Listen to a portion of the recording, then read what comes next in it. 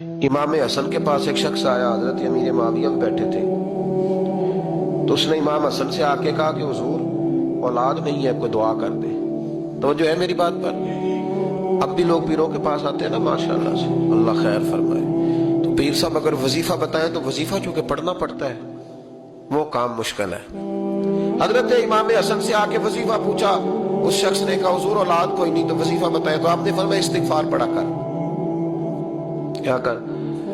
उसने कहा ठीक है। तो हुजूर फिर मैं दोबारा कब आऊं? तो इमाम हसन कहने लगे बे औलाद है ना तू, इस्तिगफार का वजीफा बताया ना? कहा हाँ। फरमाने लगे अब उस वक्त आना जब अल्लाह तुझे 10 बेटे अता करेगा। कितने? 2-4 नहीं, 10 ही कह दिए। तो हजरत अमीर मुआविया रज़ी अल्लाह तआला देखा, कहने लगे हसन इतना बड़ा दावा। आप फरमाने लगे मैंने कह दिया ना, तो अल्लाह फजल करेगा। हाँ हाँ, अल्लाह खैर करेगा, खैर हो जाएगी। वो शख्स कई सालों के बाद आया, कई सालों के बाद।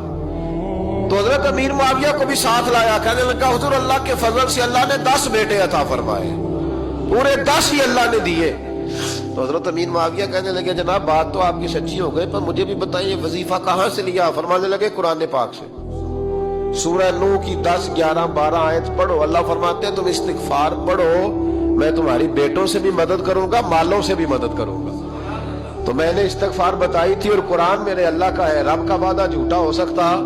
फरमाया 10 बेटे मिलने थे, मैंने कह जो दिया था। और मेरे भाइयों याद रखें, इस्तिगफार अल्लाह की रहमत नाजिल कर